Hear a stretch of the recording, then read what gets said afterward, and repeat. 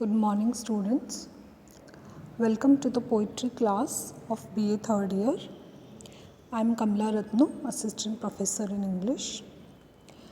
This is the paper first of BA third year entitled Poetry, and the unit is second. We are studying the poem Ode to the West Wind by Shelley.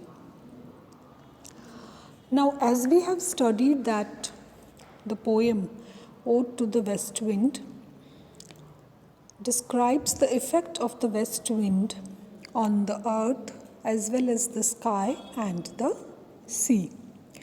It is a great symbolic poem, and the west wind symbolizes the power of nature. It is one of the greatest poems written in English language, and the description given by the poet is very powerful and impressive. Now we have studied the effect of west wind on earth and the sky. Now we'll study the stanza where the poet is talking about the impact of the west wind on the sea. Thou who didst waken from his summer dreams the blue Mediterranean where he lay, lulled by the coil of his crystalline streams, beside a pumice isle in Bay's Bay, and saw in sleep old palaces and towers, quivering within the waves' intenser day, all overgrown with azure moss and flowers, so sweet the sense faints picturing them. The poet describes the effect of west wind on the Mediterranean Sea, and he says that the Mediterranean Sea was sleeping and it was dreaming about beautiful palaces when the west wind blew over it and woke it from its sweet slumber and sweet dreams, because the power of the wind is such that the sea cannot remain sleeping and it wakes up. The wind causes ripples on the surface of the sea. In fact, there is a sort of turmoil on the surface of the sea, and the waves start to move very quickly.